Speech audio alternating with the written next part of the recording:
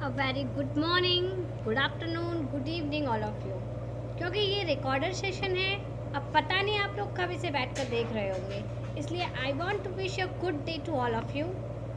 आज का जो हमारा चैप्टर है ये सेकेंड लास्ट चैप्टर है एनाटमी एंड फिजियोलॉजी का। मोस्ट इम्पॉर्टेंट जो चैप्टर्स की सीरीज़ थी उसका आज ये सेकेंड लास्ट चैप्टर है। चैप्टर का नाम क्या है? Nervous system.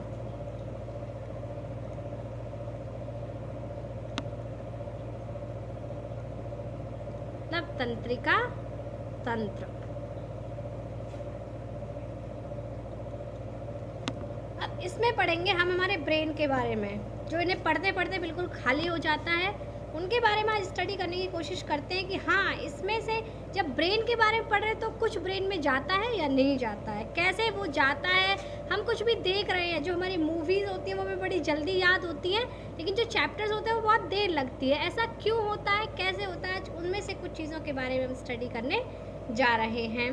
तो देखिए, और thank you all of you, हमारी जो 100 सब्सक्राइबर्स की फैमिली थी उसे बढ़ाने के लिए आई वॉन्ट टू से थैंक यू अगेन।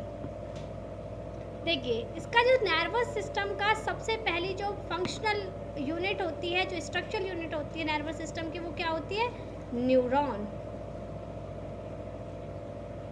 न्यूरॉन ही वह कोशिका या फिर वह क्या है, संरचना है जो हमारे परसीव की हुई, जैसे कि आप आँखों से देखते हैं, जो भी चीज़ हम ग्रहण करते हैं, सुनना, बोलना, स्मेल और किसी का टच वगैरह, जो भी चीज़ हम परसीव कर रहे हैं, ग्रहण कर रहे हैं हमारे शरीर के अंदर, उन सभी चीज़ों को ब्रेन तक पहुंचाकर उनका वापस जो भी रेस्पॉन्ड होता है उसे देने का काम कौन करते हैं?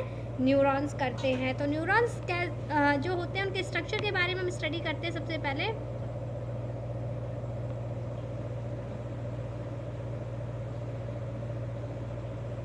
न्यूरॉन्स का स्ट्रक्चर कुछ इस तरह का होता है।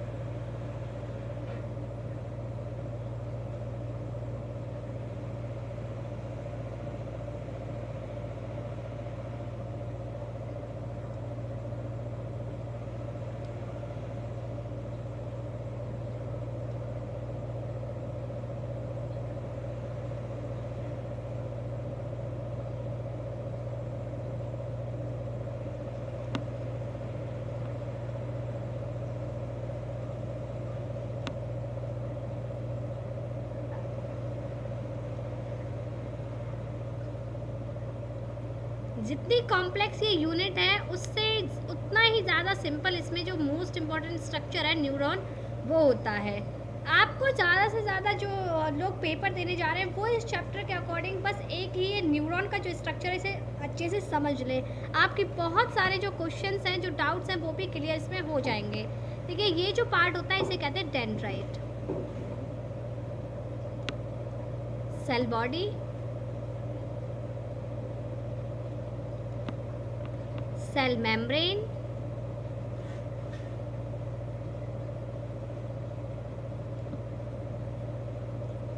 एक्सॉन, नोड्स ऑफ रेनवियर,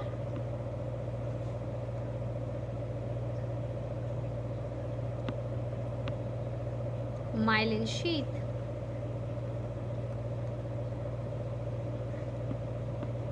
इनके अंदर जो माइलिन शीथ होती है, इसके अंदर एक एक आपके सेल्स पाए जाते हैं। इन सेल्स को कहते हैं स्क्वान सेल्स, और ये क्या है? Terminal lobes. ये हो गया स्ट्रक्चर ऑफ न्यूरॉन। देखिए, कोई भी चीज़ हम ग्रहण करते हैं, देखिए जस्ट एज्यूम कि यहाँ पर कोई चीज़ चुभी आपको, यहाँ पे होगा कोई न्यूरॉन प्रेजेंट, उसके न्यूरॉन के सबसे ऊपर क्या होंगे? डेंड्राइट्स। डेंड्राइट से कोई भी सिग्नल हमारी बॉडी में कहाँ तक पास होता है? मान लो यहाँ तक है आपका टर्मिनल लोब, इस टर्मिनल लोब तक पास हुआ। अब दो जो टर्मिनल लोब्स होंगे उनके बीच में जो गैप होता है दैट इज कॉल्ड साइनेप्स। उस साइनेप्स से होते हुए अगले न्यूरॉन के जो डेंड्राइट्स हैं, एक न्यूरॉन के ये हो गया, एक न्यूरॉन का टर्मिनल लोब, और ये हो गया दूसरे न्यूरॉन का डेंड्राइट। इन टर्मिनल लोब और डेंड्राइट के बीच में जो गैप होता है, यहाँ पर जो गैप होगा दैट इज कॉल्ड साइनेप्स, और इस साइनेप्स में भरा हुआ होता है सिनेप्टिक फ्लूइड। उस फ्लूइड के थ्रू जो सिग्नल है वो एक के टर्मिनल लोब से दूसरे के डेंड्राइट तक पहुंचता है। फिर वो डेंड्राइट उसे पूरे में ट्रांसफ़र करके टर्मिनल लोब तक लेके आएगी। इसी प्रकार पूरे शरीर में ये चक्र चलता है और ये बहुत बड़ी प्रक्रिया होती है, लेकिन इस प्रक्रिया में जो टाइम लगता है वो सबसे कम टाइम लेने वाली प्रक्रिया। आप लोग देखते हैं हमारा जो हाथ या पैर किसी भी नुकीली चीज़ पर एक बार रख जाए, जैसे एज्यूम कि आप कहीं जा रहे हो, अचानक से पैर में कांटा लगा, कांटा लगते ही तुरंत हम लोग पैर को हटाने की कोशिश करते हैं, जबकि आपके पैर में कांटा लगा, वहाँ से न्यूरॉन्स जो आपके सेंसरी न्यूरॉन्स थे वो ब्रेन तक सिग्नल को लेके गए। फिर ब्रेन ने कहा कि पैर हटाना है, और पैर हटाने के लिए जो सिग्नल्स थे वो मोटर न्यूरॉन्स आपके उससे ब्रेन से लेकर कहाँ तक आए, पैर तक, तब आपने अपने पैर को हटाया। मतलब इतनी लंबी जो प्रक्रिया थी, हमें बोलने में भी काफ़ी टाइम लग गया, उस प्रक्रिया को होने में टाइम नहीं लगता। इतना फास्ट फंक्शन किसकी होती है, आपकी न्यूरॉन्स की। जो आपके कंप्यूटर का फंक्शनिंग होती है ना, उतनी फास्ट फंक्शनिंग हमारे ब्रेन और न्यूरॉन्स की होती है। अब एक एक करके इसके हम स्ट्रक्चर्स के बारे में स्टडी करते हैं, कौन क्या करता है, कैसा होता है। सबसे पहले होता है एक्सॉन। एक्सॉन क्या है, ये जो लेयर है बीच में जो परत बनी हुई है, ये दैट इज कॉल्ड एक्सॉन।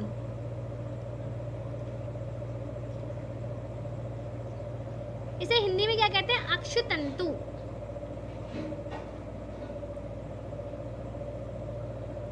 अक्षतंतु कोशिका शरीर या से दूर, यह सेल बॉडी से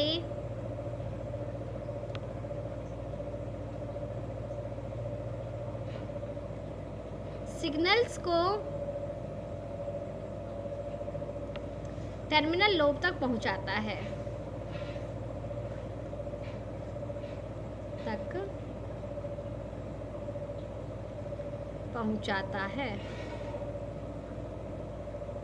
दूसरा क्या है, डेंड्राइट। पार्श्व तंतु,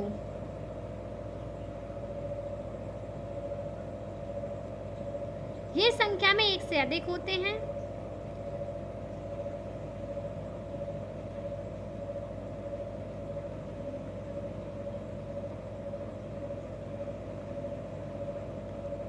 एक से अधिक होते हैं तथा संकेतों को यानी कि सिग्नल्स को कोशिका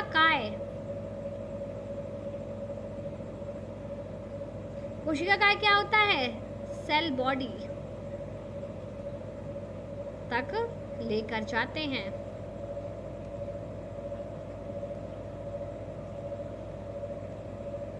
थर्ड क्या है इसमें, माइलिन शीथ। देखिए ये जो स्ट्रक्चर है आप लोगों को पता, that is called myelin sheath. तो ये जो माइलिन शीथ है इसके बारे में नोट कीजिए।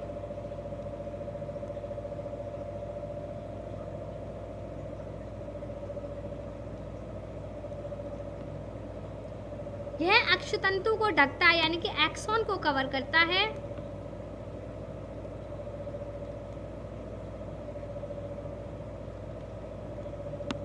और उसके चारों तरफ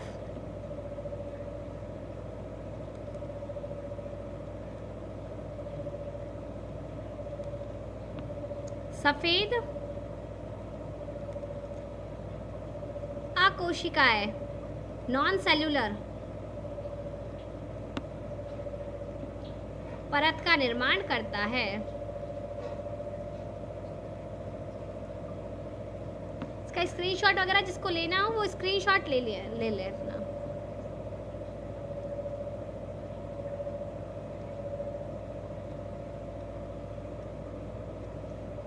निर्माण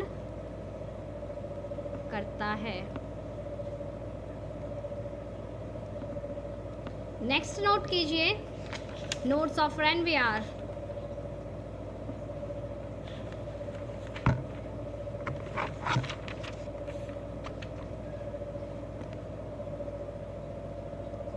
नोट्स ऑफ रेनवियर। रेनवियर की नोड या रेनवियर की गांठें इसे कहा जाता है। ये दो माइलिन शीथ के बीच में पाई जाती है।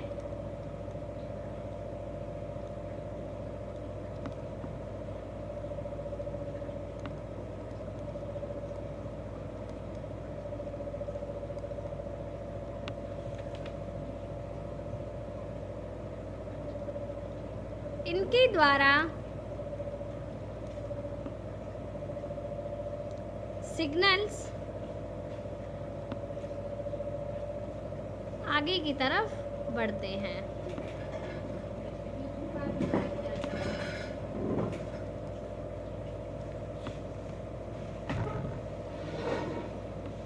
नेक्स्ट अब लिखिए फंक्शंस ऑफ न्यूरॉन्स।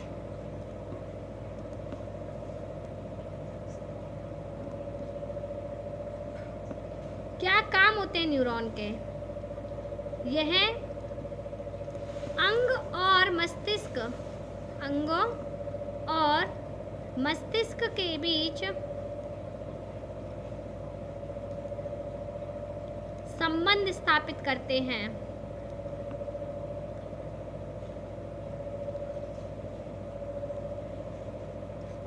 मतलब आपके ब्रेन और ऑर्गन्स के बीच में सिग्नल्स का भेजना, उनका रेस्पॉन्ड, स्टिमुलाई, उन सब चीज़ों के द्वारा संबंध स्थापित करते हैं। नेक्स्ट नोट कीजिए सेकंड पॉइंट, यह मस्तिष्क से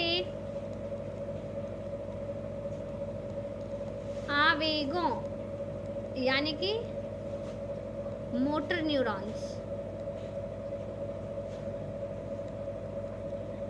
या फिर मोटर सिग्नल्स लिख सकते हैं, को अंगों तक लेकर आता है।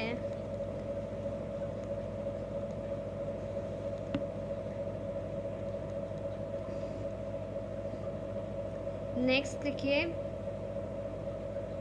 यह आसपास के पर्यावरण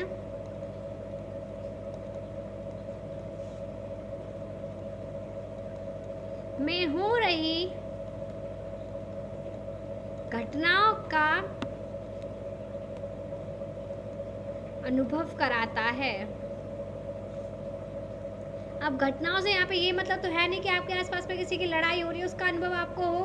किस चीज़ का अनुभव कराता है कि मतलब आपके आसपास का टेम्परेचर कैसा है, हवाएं कैसी चल रही है, तो वो आपकी स्किन के द्वारा जब आप फील करते हो तो उसे ब्रेन तक पहुंचाने में मदद करता है।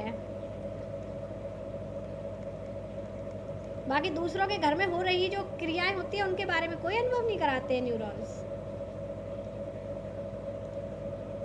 अब नोट कीजिए नर्वस सिस्टम या फिर क्लासिफिकेशन ऑफ नर्वस सिस्टम कर लीजिए।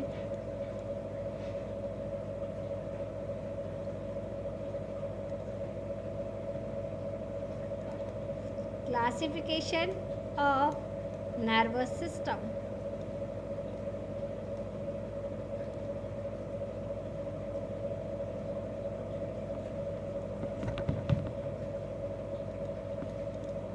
नर्वस सिस्टम को दो प्रकार से बांटा गया है। सबसे पहले सेंट्रल नर्वस सिस्टम और पेरिफेरल नर्वस सिस्टम। सीएनएस और पीएनएस। सीएनएस में मुख्य दो अंग होते हैं, ब्रेन और स्पाइनल कॉर्ड। इसका क्लासिफिकेशन यहीं पर खत्म हो जाता है। ब्रेन के अलग अपने पार्ट्स होते हैं, उसके अंदर क्लासिफाई किया जाता है स्पाइनल कॉर्ड के अंदर। लेकिन पीएनएस जो होता है यहाँ से इसका क्लासिफिकेशन चालू होता है।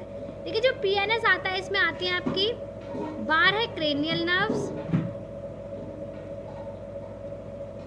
और 31 स्पाइनल नर्व्स। जो आपके पेरिफेरल नर्वस सिस्टम की फंक्शनिंग होती है वो इन नर्व्स के अंदर होती है। ये दो तरह से डिवाइड होता है, सोमैटिक नर्वस सिस्टम और ऑटोनॉमिक।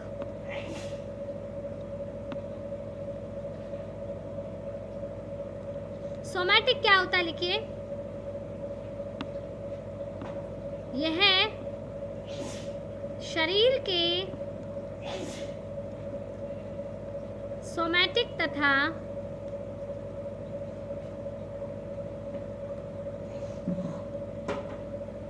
विशेष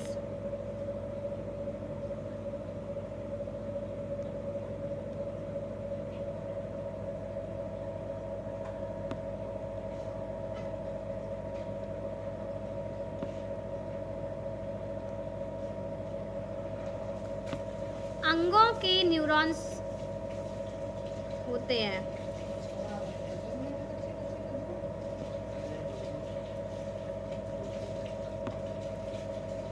और जो ऑटोनॉमिक होता है ये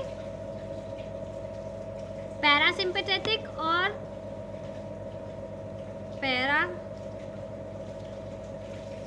सिम्पैथेटिक और सिंपैथेटिक, इनके बारे में हम आगे डीप स्टडी करेंगे।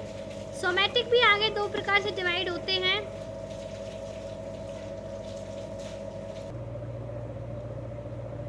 सोमैटिक नर्वस सिस्टम जो होता है वो दो तरीके से डिवाइड होता है, मोटर न्यूरॉन्स और सेंसरी न्यूरॉन्स। ये हो गया आपका क्लासिफिकेशन ऑफ नर्वस सिस्टम का चार्ट। नर्वस सिस्टम दो प्रकार का होता है, सेंट्रल और पेरिफेरल। सेंट्रल नर्वस सिस्टम के दो मुख्य अंग होते हैं, ब्रेन और spinal cord. Peripheral nervous system somatic और ऑटोनॉमिक नर्वस सिस्टम में डिवाइड है। सोमैटिक नर्वस सिस्टम के दो टाइप्स होते हैं, मोटर न्यूरॉन्स और sensory neurons. Autonomic nervous system दो पार्ट्स में क्लासीफाई है, पैरासिम्पैथेटिक और सिंपैथेटिक नर्वस सिस्टम। अब एक एक करके इनके बारे में स्टडी करते हैं। तो सबसे पहले स्टार्ट करेंगे सेंट्रल नर्वस सिस्टम से।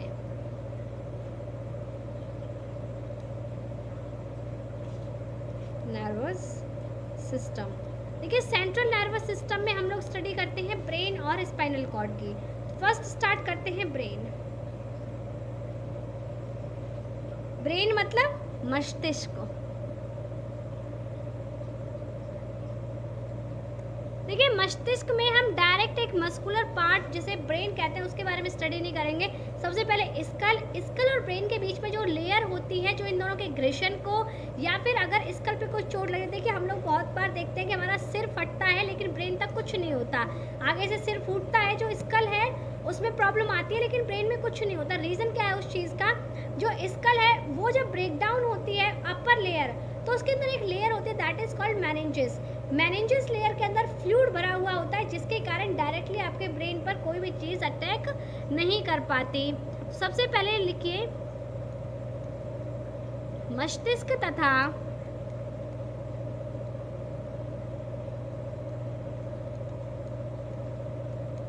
खोपड़ी के मध्य में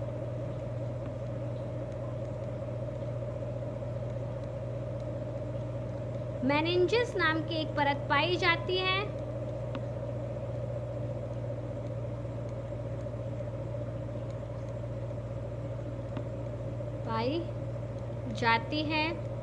जो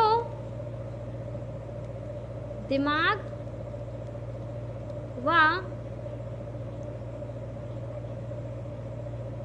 कंकालीय खोपड़ी के बीच घर्षण को रोकती है।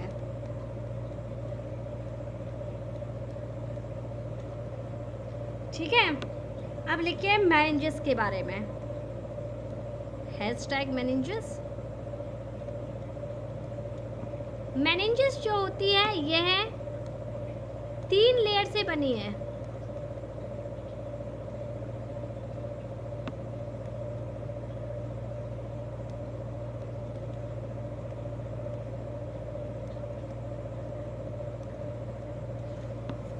जो इसकी 3 लेयर्स होती हैं उनका एक ट्रिक है PAD, पियामेटर, आर्कनॉइड और ड्यूरामेटर। पियामेटर और आर्कनॉइड के बीच में भरा हुआ होता है fluid that is called CSF, cerebro spinal fluid. दिमागी बुखार, ब्रेन से रिलेटेड जितनी भी मोस्टली प्रॉब्लम्स होती हैं उन सभी में CSF as a sample use होता है और उसकी लैब टेस्टिंग करके पता लगाया जाता है कि ब्रेन में एग्जैक्टली प्रॉब्लम कहाँ है और क्या है। तो बहुत ज़्यादा प्रॉब्लम्स में ये CSF जो है वो यूज़फुल होता है। साथ ही साथ ब्रेन को नरिशमेंट प्रोवाइड करने के लिए भी CSF इम्पॉर्टेंट होता है। जो मेनिंजेस की 3 लेयर्स, देखिए इस प्रकार जो मेनिंजेस है उसकी ऐसे 3 लेयर्स होती हैं पूरे ब्रेन में और पीछे स्पाइनल कॉर्ड तक। देखिए मैंने आप लोगों को पहले भी बता रखा है, मेरे स्ट्रक्चर बहुत अच्छे होते हैं, बस जो है उसी से समझने की कोशिश कीजिएगा।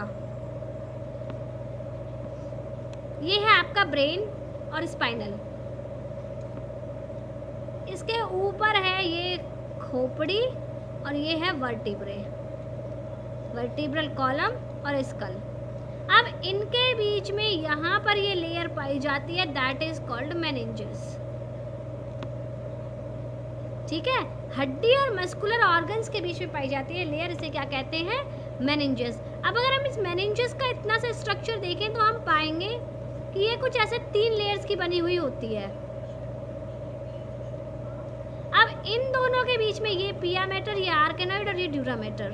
पिया और आर्केनॉइड के बीच में फ्लूइड होता है जिसे कहते हैं CSF, सेरेब्रो स्पाइनल फ्लूइड, और आर्केनॉइड और ड्यूरा मैटर के बीच में भी एक फ्लूइड होता है जिसे क्या कहते हैं, सब ड्यूरल फ्लूइड।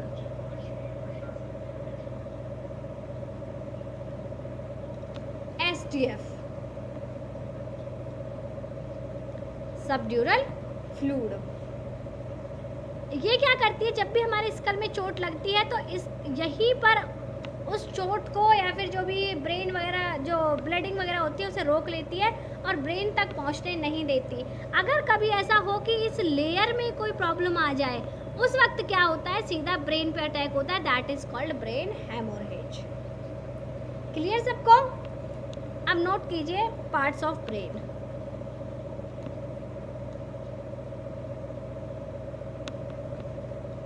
से पहले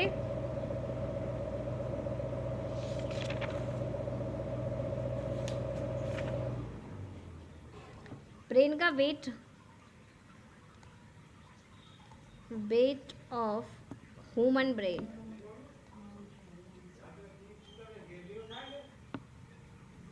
weight of human brain. Human brain का वेट कितना होता है?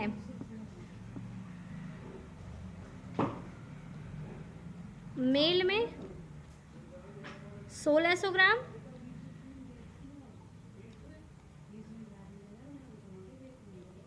और फीमेल में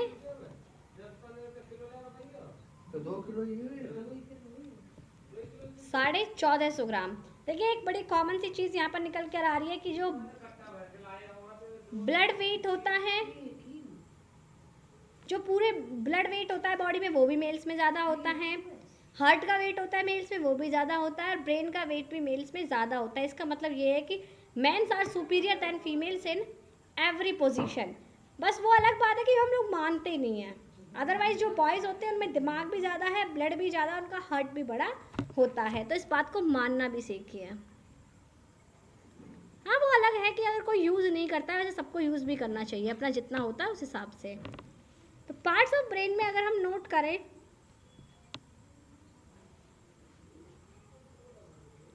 ब्रेन के कितने पार्ट्स होते हैं? 3। पहला फोर ब्रेन,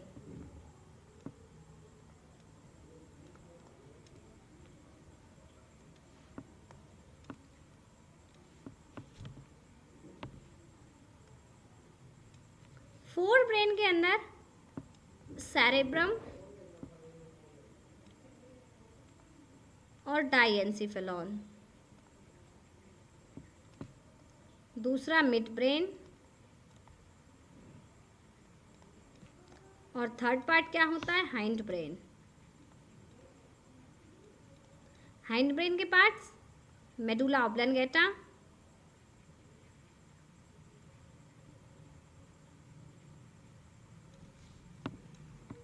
पॉन्स और सेरेबेलम।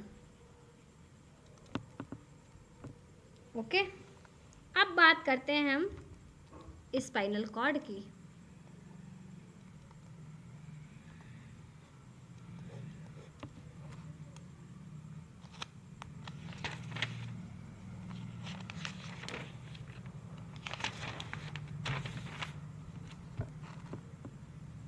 स्पाइनल कॉर्ड होती है ये CNS के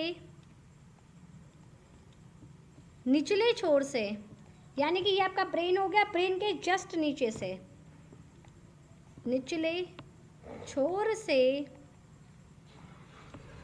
आरंभ होती है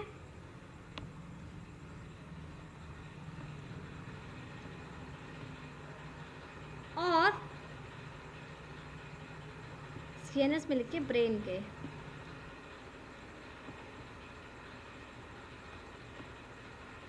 यह CNS का एक लंबा हिस्सा होता है।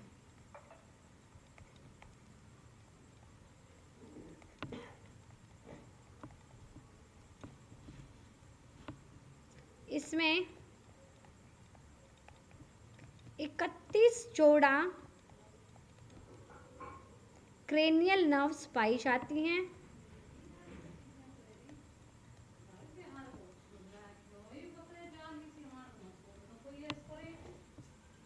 जो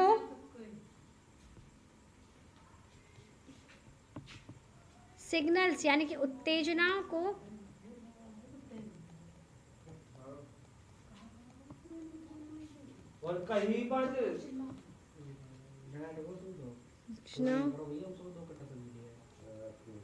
के लिए त्वरित प्रतिसादायक तथा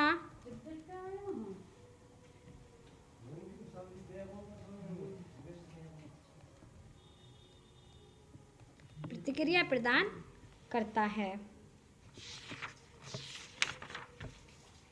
अब लिखिए फंक्शंस ऑफ स्पाइनल कॉर्ड।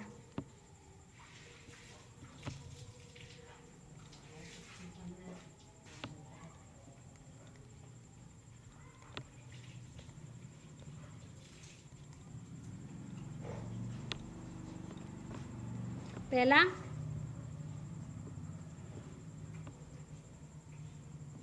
संवेदी मार्ग मस्तिष्क की तरफ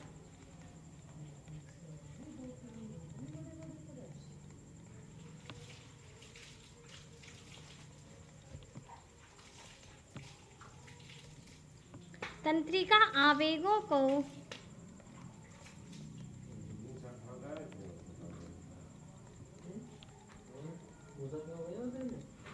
संचालन करते हैं तथा चालन मार्ग मस्तिष्क से प्रभावी अंगों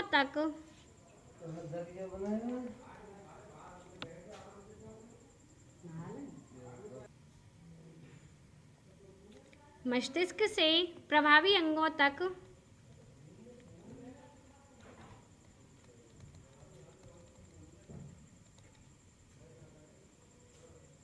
संचालन करता है।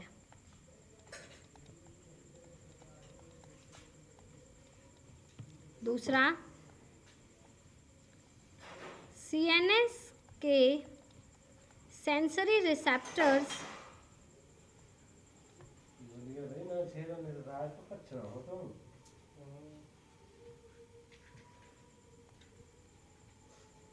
मांसपेशियों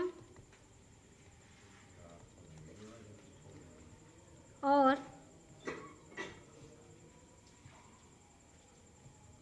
ग्रंथियों में जुड़ा हुआ होता है।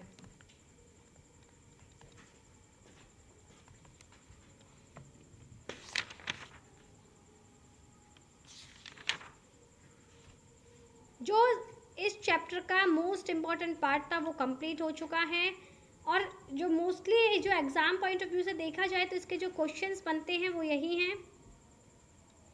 क्वेश्चन 1 की हम बात करें, define neurons and its function, neuron तथा उसके कार्य लिखिए। और क्वेश्चन 2 बनेगा define brain and spinal cord.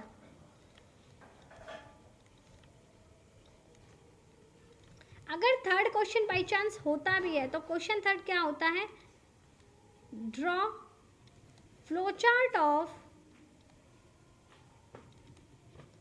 Nervous system classification.